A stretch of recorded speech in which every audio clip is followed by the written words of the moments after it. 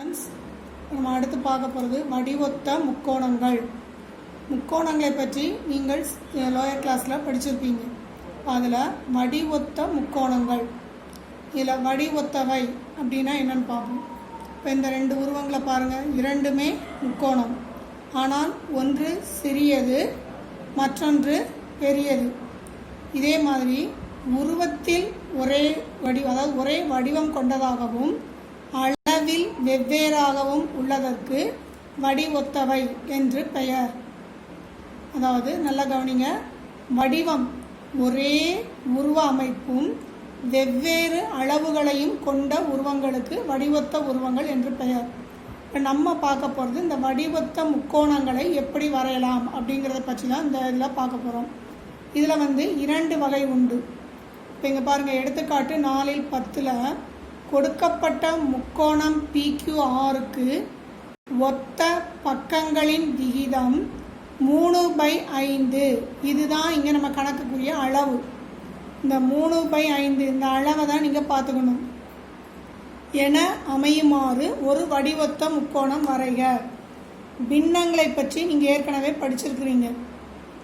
அதில் இரண்டு பகுதி உண்டு.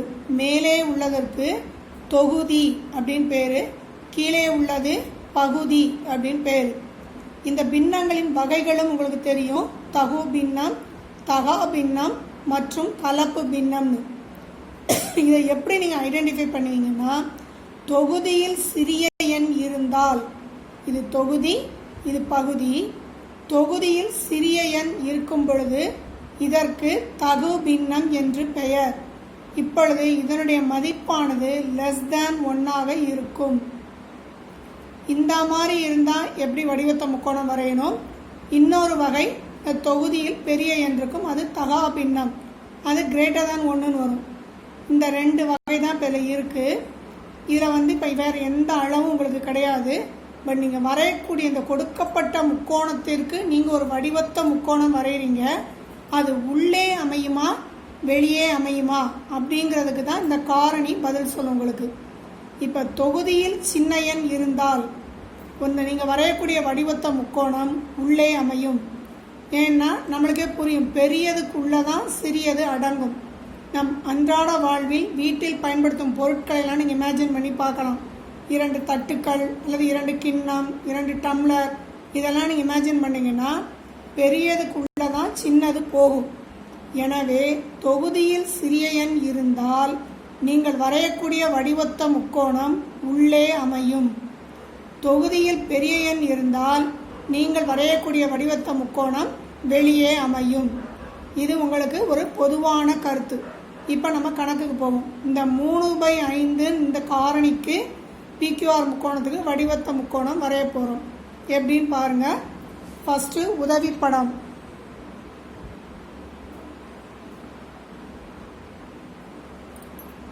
உதவிப்படத்துக்கு ஒரு முக்கோணம் வரைஞ்சிக்கோங்க.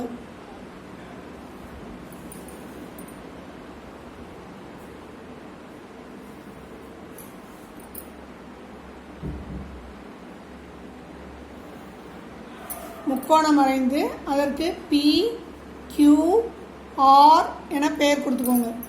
இப்போ இந்த எந்த அளவுமே கிடையாது. PRக்கு இணையாக ஒரு கோடு போடுங்க. ஏன்னா தொகுதியில் 3 என்ற எண் சிறிய எண் இருக்குது. எனவே நம்ம வரையக்கூடிய முக்கோணம் உள்ளே வரணும்.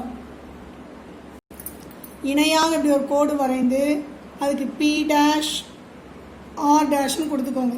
இவ்வளோதான் உதவிப்படம். இப்போ நம்ம மெயின் படத்துக்கு போவோம். இதில் உங்களுக்கு இன்னொரு சந்தேகமும் வரலாம். முக்கோணத்தில் நம்ம எத்தனையோ வகையான முக்கோணங்கள் பார்த்துருக்குறோம். குறுங்கோண முக்கோணம், செங்கோண முக்கோணம், விரிகோண முக்கோணம் என்றெல்லாம். இந்த வடிவொத்த முக்கோணங்கள் வரைவதற்கு நாம் குறுங்கோண முக்கோணத்தை மட்டுமே எடுத்துக்கொள்ள வேண்டும். எனவே இப்போ மேலே ஒரு குறுங்கோண முக்கோணம் வரைய போகிறீங்க. இப்போ உண்மை படம் ஏதாவது ஒரு அளவில் ஒரு குறுங்கோண முக்கோணம் வரைந்து கொள்ளுங்கள்.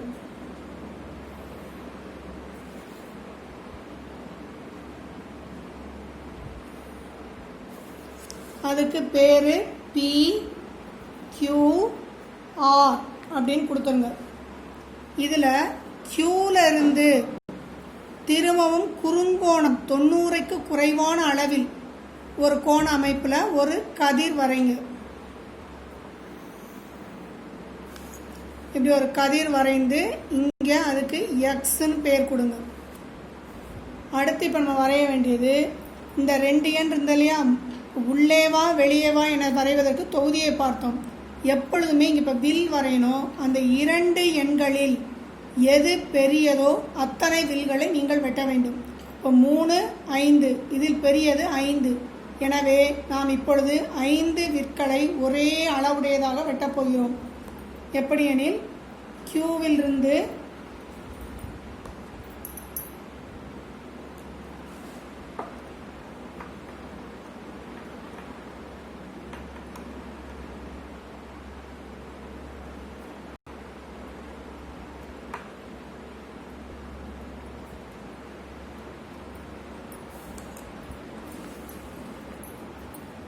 கியூவில் உங்களுடைய காம்பஸ் முனையை வச்சுக்கிட்டு இப்படி நீங்களா ஒரு அளவு எடுத்து ஒரு வில் இந்த அளவை மாற்றாம திரும்ப அதிலிருந்து மற்றொரு வில் 2,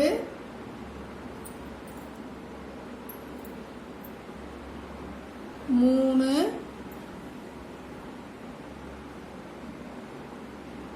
4, 5 விற்கள் வெட்டிட்டு அதுக்கு பேர் கொடுங்க. Q1, Q2, Q3, Q4, Q5. இப்போ நம்ம உள்ளதான் வடிவத்தை முக்கோணம் வரைய போகிறோம். அதனால என்ன பண்ணணும்னா ஸ்கேலை வைத்து இந்த 5வது வில்லையும் இந்த R என்ற முனையையும் ஜாயின் பண்ணிருங்க. ஜாயின் பண்ணிட்டோமா? இப்போ என்ன பண்ணணும் பாருங்க. திரும்ப இந்த 5வது வில்லிலிருந்து ஏதாவது ஒரு அளவு ஒரு பெரியதா இப்படி ஒரு வில் வெட்டுங்க. இதை அப்படியே மாற்றக்கூடாது. தொகுதியில் என்ன எண் இருக்கு? 3. அப்போ மேல இருந்து 1, 2, 3 இந்த 3வது வில்லில் இருந்தும் அதே அளவில் இப்படி ஒரு வில்லு வெட்டினீங்க. என்ன பண்ணோம்? Q5ஐயும் Rஐயும் இணைச்சிட்டோம். இணைச்சிட்டு Q5ல் இருந்து நம்மளே ஒரு அளவு எடுத்து ஒரு வில் வெட்டணும். அதே அளவில் தொகுதியில் 3ன்னு இருக்கிறதால 3வது வில்லிலிருந்து ஒரு வில் வெட்டிட்டோம். இப்போ இந்த கோணத்தோட அளவை நீங்கள் அளந்துக்கோங்க எவ்வளோ இருக்குன்னு சொல்லி. இந்த Q5லேருந்து நம்ம வெட்டியிருக்கோம் இல்லையா, அந்த கோண அளவு எவ்வளோ இருக்குன்னு இப்படி பார்த்துட்டோமா? இதை அப்படியே மாற்றாமல் இந்த Q3லேருந்து நம்ம வரைஞ்ச வில்லிங் ஒரு புள்ளியை வெட்டியிருக்கா, இதுதான் ரொம்ப கவனம். எங்கேருந்து வெட்டணுங்கிறது இந்த 2வது வில். Q3லிருந்து நாம் வெட்டிய வில் QXங்கிற கதிரை ஒரு புள்ளியில் வெட்டியிருக்கு. அதில் வச்சு அந்த கோண அளவுக்கு இன்னொரு வில் இப்படி வெட்டுங்க. இப்போ அந்த 2 வில்களும் வெட்டும் புள்ளி வழியாக Q3லிருந்து ஒரு கோடு போடு. இதை ஜாயின் பண்ணினா இப்போ பாருங்கள், இது 2ம் இணையாக இருக்கா? இதுக்கு R' பேர் கொடுங்க. இப்போ Q3 R' Q5 Rம் இணை கோடுகள். இப்போ இதே மாதிரி மேலே வரைய போகிறோம். ஃபஸ்ட்டு Rலேருந்து ஏதேனும் ஒரு அளவு எடுத்து இப்படி நல்லா பெரிய வில்லை அப்படி வெட்டிக்கோங்க. அதே அளவை R' வச்சும் திரும்பவும் இப்படி ஒரு வில் வெட்டுங்க.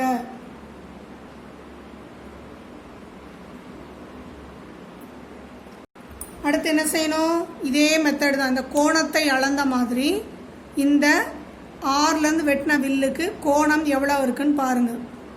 அதை அப்படியே மெஷர் பண்ணிவிட்டு அது கோடை வெட்டிய பகுதியிலிருந்து இப்படி ஒரு வில் வெட்டு. இப்போ இந்த R'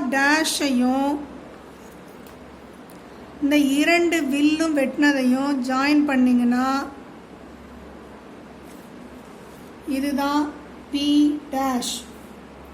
இப்போ P'QR' என்ற முக்கோணம் தான் கொடுக்கப்பட்ட PQRக்கு வடிவொத்த முக்கோணம். ஓகே ஸ்டூடெண்ட்ஸ், திரும்ப சொல்கிறேன், நல்லா கவனிங்க. முதல்ல உதவி படம் போடுறீங்க. ஒரு முக்கோணம் போட்டுட்டு நம்ம வரையக்கூடிய வடிவத்த முக்கோணம் உள்ளே அமையணுமா வெளியே அமைய வேண்டுமா என்பதற்கு தொகுதியை பார்க்கணும்.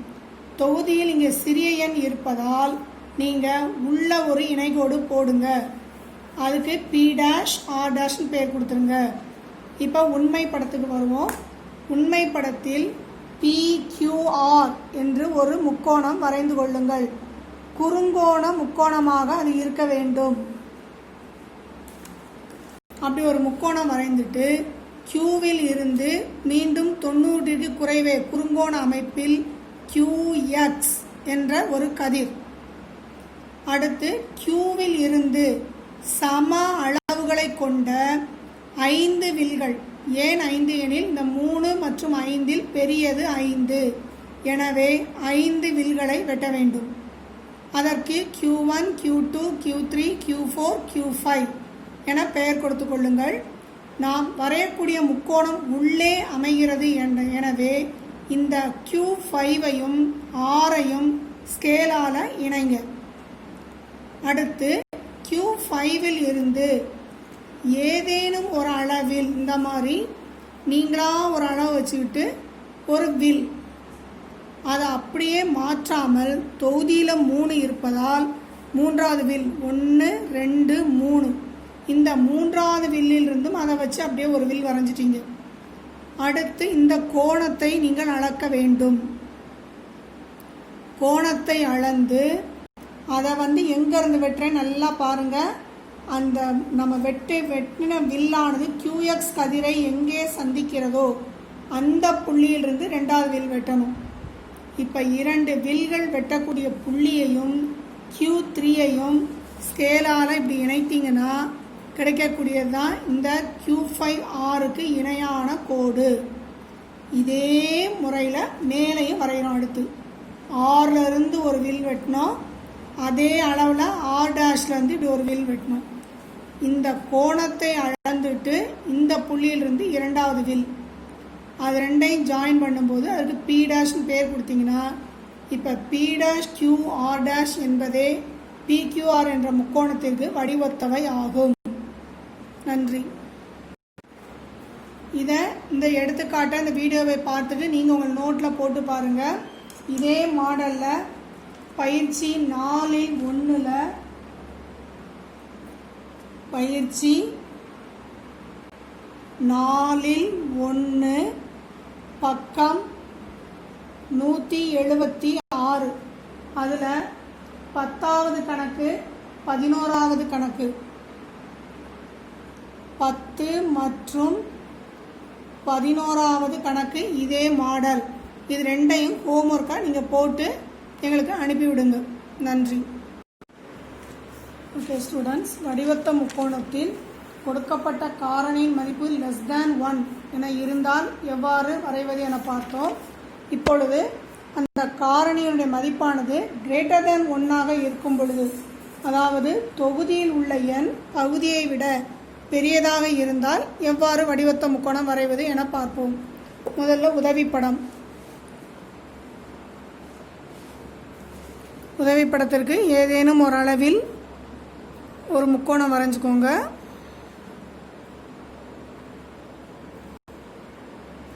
அதே மாதிரி இதுக்கு இணையாக, அது உதவிப்படமாக இருந்தாலும் இந்த கோடு இணையாக இருக்கணும். ஆனால் இப்போ தொகுதி பெரிய எண் என்பதால் நாம் வரையக்கூடிய வடிவத்த முக்கோணம் வெளியே இருக்க வேண்டும். எனவே இந்த சின்ன முக்கோணத்திற்கு PQR என பெயரிட்டு வெளியே உள்ளதை P', R' என பெயர் கொடுத்து கொள்ளுங்கள். இந்த Q இரண்டிற்குமே பொதுவானது. இப்பொழுது உண்மை படம் எப்படி வரைவது என பார்ப்போம்.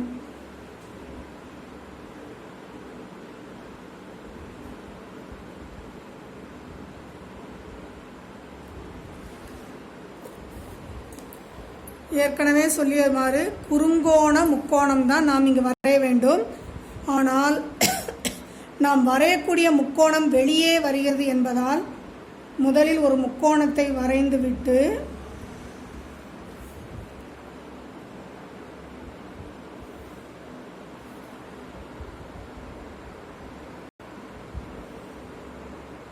இது கொடுக்கப்பட்ட முக்கோணம் PQR. இப்போ நம்ம வரைய வேண்டிய முக்கோணம் வெளியே இருக்கும் என்பதால் இந்த அடிப்பக்கத்தை நீங்கள்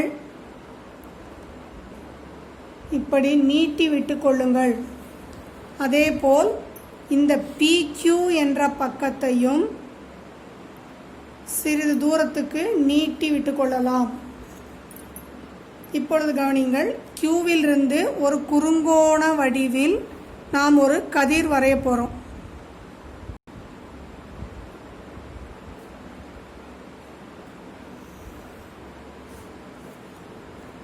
அடுத்து என்ன பண்ணணும்? Qவிலிருந்து வில் வெட்டணும் சமமான அளவில்.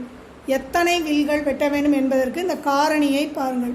காரணியில் தொகுதியில் 7 என்ற எண்ணும் பகுதியில் 4 என்ற எண்ணும் உள்ளது. 7 மற்றும் 4இல் பெரியது எது? 7. எனவே நாம் இப்பொழுது Qவிலிருந்து சம அளவில் 7 வில்கள் வெட்டப் போகிறோம்.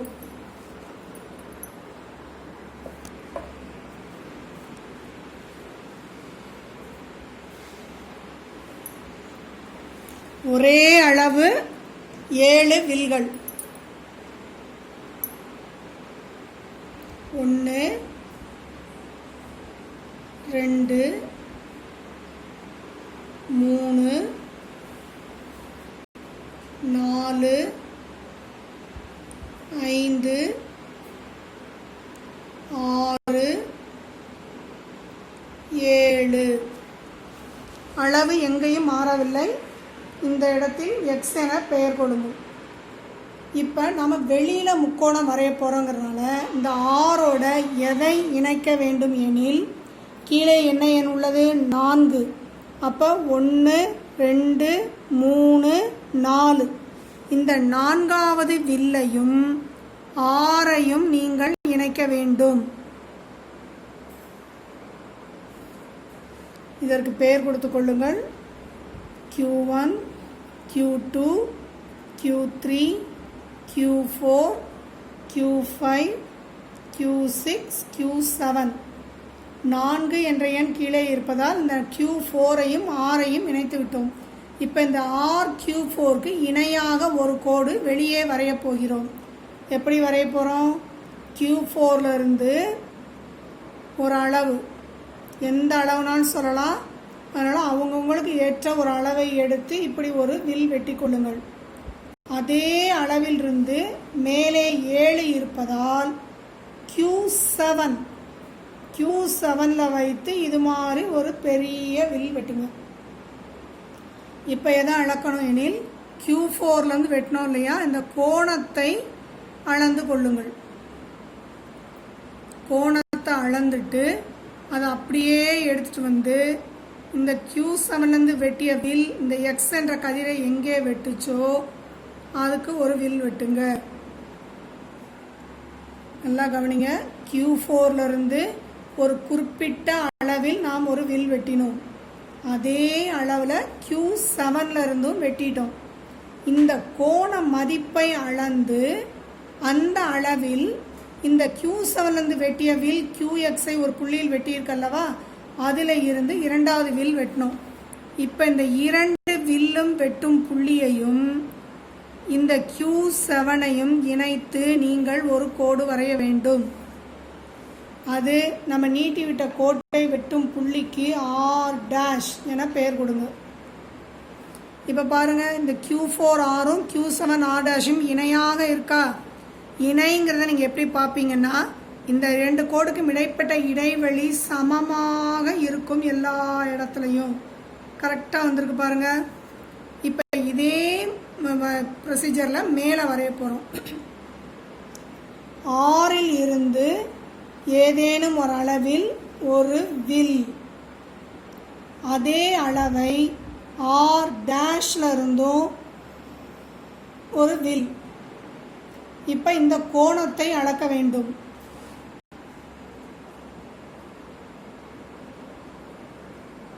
கோணத்தை அளந்துட்டு அதை அப்படியே எடுத்துட்டு வந்து இந்த புள்ளியில் வைத்து ஒரு வில் வெட்டுங்க. 2 வில்கள் வெட்டும் ஒரு புள்ளி கிடைக்கிறதா நம்மளுக்கு? அதையும் R' ஜாயின் பண்ணுங்க.